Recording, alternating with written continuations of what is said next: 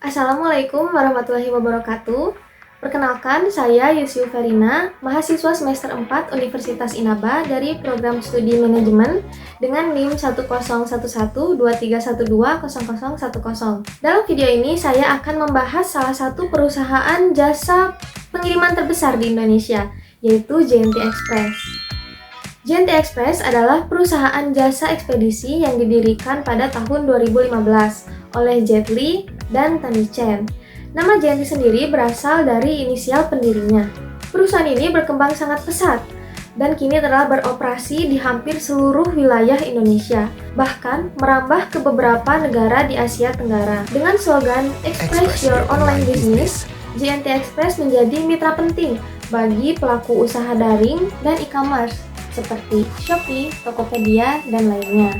Beberapa keunggulan JNT Express diantaranya adalah layanan pengiriman 365 hari tanpa libur, sistem pelacakan real time, serta jaringan drop point yang luas dan terintegrasi secara digital. Teknologi dan kecepatan adalah kekuatan utama mereka. Mereka mengklaim mampu melakukan pengiriman dengan cepat dan tepat waktu, serta memberikan garansi ongkir jika paket mengalami keterlambatan. Klaim ini tentu membentuk ekspektasi tinggi dari para pelanggan terhadap kualitas layanan JNT. Namun, apakah realita di lapangan sejalan dengan harapan tersebut? Nah, sebelum masuk ke bagian selanjutnya, mari kita coba simak video berikut ini ya. Check it out! JNT Super, kirim paket sehari sampai pakai JNT Express. Diskon ongkir mulai 35% setiap hari selama bulan Desember. Paket telat, garansi ongkir. Ayo kirim sekarang!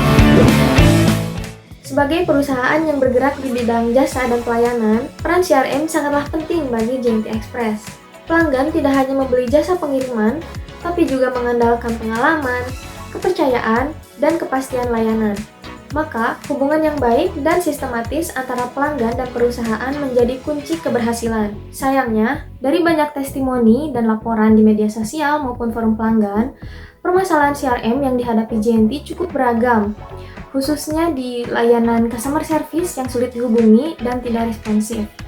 Banyak pelanggan mengeluhkan kehilangan paket, keterlambatan, hingga kerusakan barang.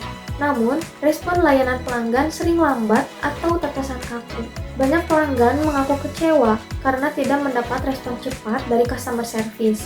Bahkan beberapa menyebut bahwa proses klaim garansi ongkir itu terkesan rumit dan tidak transparan. Hal ini menunjukkan bahwa meskipun sistem logistik JNT ini sudah modern, namun penerapan CRM-nya itu belum sepenuhnya terintegrasi dan berorientasi pada kepuasan pelanggan. Permasalahan-permasalahan ini jika tidak segera diatasi akan berdampak pada menurunnya loyalitas, meningkatnya churn rate, dan rusaknya reputasi merek.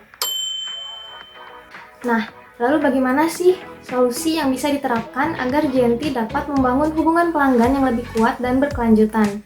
Mari kita bahas di bagian berikutnya. Untuk mengatasi tantangan CRM, saya mengusulkan pendekatan dengan menggunakan strategi 4R, yaitu relationship, retention, referral, dan recovery. Langkah pertama yang bisa dilakukan adalah membuat akun dan program loyalitas dengan point system yang memberikan reward kepada pelanggan yang sering mengirim paket. Akun ini juga memungkinkan pelanggan untuk mendapatkan informasi eksklusif, promo, serta notifikasi otomatis terkait status pengiriman. Yang kedua, dan menurut saya paling penting, mengingat permasalahan CRM JNT Express ini berada di layanan customer service, JNT Express ini bisa tambahkan fitur customer service langsung di aplikasi dengan AI Assisted Support untuk mempercepat respon awal. Dengan cara ini, semua pelanggan besar maupun kecil akan merasa diperhatikan dan dihargai. Fitur live chat dan forum pelanggan ini juga bisa digunakan sebagai sarana masukan langsung untuk pengembangan layanan. JNT juga bisa memberikan promo ongkir atau voucher ulang tahun sebagai bentuk perhatian dan retensi emosional. Kirimkan survei kepuasan secara otomatis setelah pengiriman berhasil, agar pelanggan merasa dihargai. Lalu, buat SOP pemulihan yang lebih cepat dan efisien. Misalnya, jika ada keterlambatan, sistem bisa langsung otomatis mengirimkan voucher kompensasi tanpa perlu klaim manual.